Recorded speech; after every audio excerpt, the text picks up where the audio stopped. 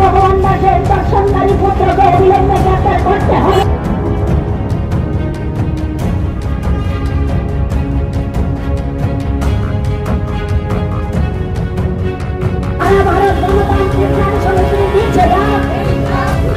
ইতিমধ্যে অবগত হয়েছেন যে গোটা রাজ্য এবং গোটা দেশ আজ তোলপাড়।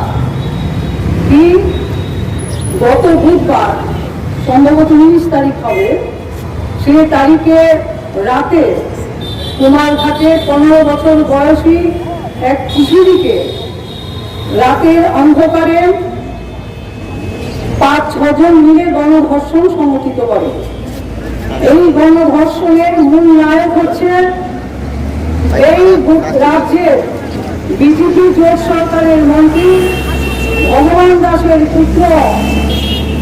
আমরা দেখলাম যে সেদিন রাতে মেয়েটাকে ওই কুমারঘাট হাসপাতাল রোডের এক ত্রিতল ভবনে একটি ঘর ভাড়া করে একটি জায়গায় থাকতো মন্ত্রী ভগবান দাসের পুত্র।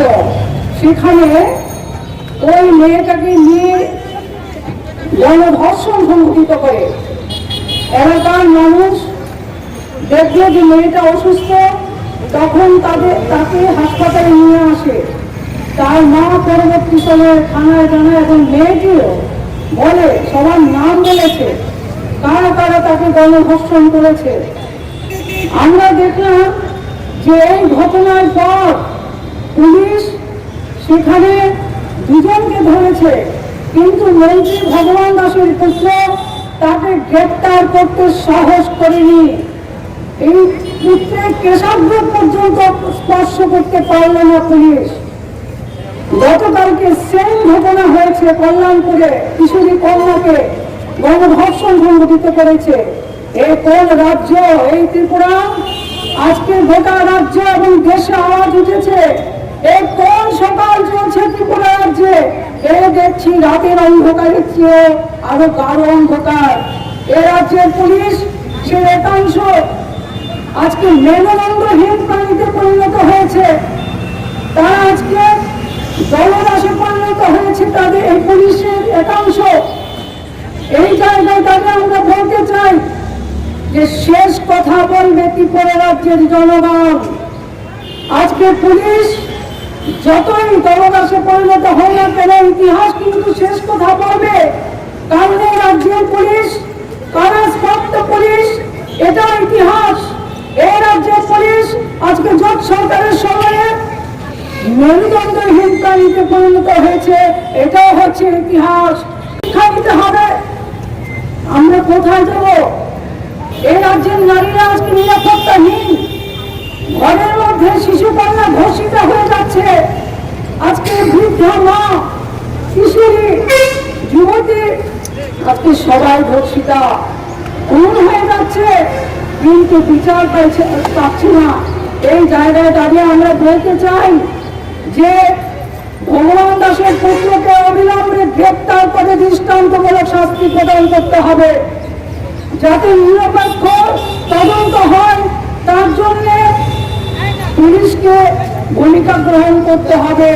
এই ঘটনার প্রতিবাদে গোটা রাজ্যের শুভবুদ্ধি সম্পন্ন মানুষ এগিয়ে আসার জন্য আবেদন আমরা জানাচ্ছি। এই পথসভা থেকে আমরা বলতে চাই যে এই যে বারবার এই ঘটনাগুলো ঘটছে, আর আমাদের রাজ্যের বিজেপি জোট সরকার বলছে, সেদিন বলেছে যে এই রাজ্যে নাকি নারীরা নিরাপদ, এই রাজ্যে নাকি কোনো ধরনের অপরাধ হচ্ছে না। তার এই বক্তব্যের পরে 24 ঘন্টার মধ্যে কুমারঘাটে 15 বছর বয়সী কিশোরী কন্যা ধর্ষিত হয়ে গেল। এই কোন রাজ্য? এ রাজ্যের মুখ্যমন্ত্রী থেকে সমস্ত মন্ত্রী মিথ্যাবাদী, জুয়াচুরি, তার সবসময় মানুষকে মিথ্যাচার করছে এবং মিথ্যা প্রতিশ্রুতি দিয়ে মানুষকে আজকে বিভ্রান্ত করবার চেষ্টা করছে। আমরা বলবো না, কোন মিথ্যা কথা চলবে না। এই রাজ্যের মানুষ এই রাজ্যকে শান্তির দিন হিসেবে দেখেছে দীর্ঘদিন। গত 4.5 বছর আগে আমাদের রাজ্যে এই ধরনের গৃহীত ঘটনা ঘটেনি। কিছু যে ঘটনা ঘটেনি তা নয়, কিন্তু ঘটনা ঘটার সাথে সাথে রাজ্যের বর্তমান সরকার পুলিশকে নির্দেশ দিয়েছে যে যারা এই ঘটনার সঙ্গে যুক্ত এখানে যাতে রাজনৈতিক লোক না দেখা হয়। সে দিক থেকে আমরা দেখেছি যে গ্রেপ্তার হয়েছে, আততায়ী গ্রেপ্তার হয়েছে, আক্রমণকারী ধর্ষণকারী সবাই আক্রান্ত, যারা আক্রমণ করেছে তারা আজকে সেদিন গ্রেপ্তার হয়েছে। কিন্তু আজকে থানায় গিয়ে বলে দেওয়া হচ্ছে শাসক দলের কর্মী, তাদের গ্রেপ্তার করতে দেওয়া হবে না, তাদেরকে আপনারা যাবেন না গ্রেপ্তার করতে। চোখের সামনে দিয়ে নাকের শ্বাস করছে, এমন একটা জায়গা দিয়ে ওরা হেঁটে চলেছে, কিন্তু তাদেরকে গ্রেপ্তার আজকে করছে না।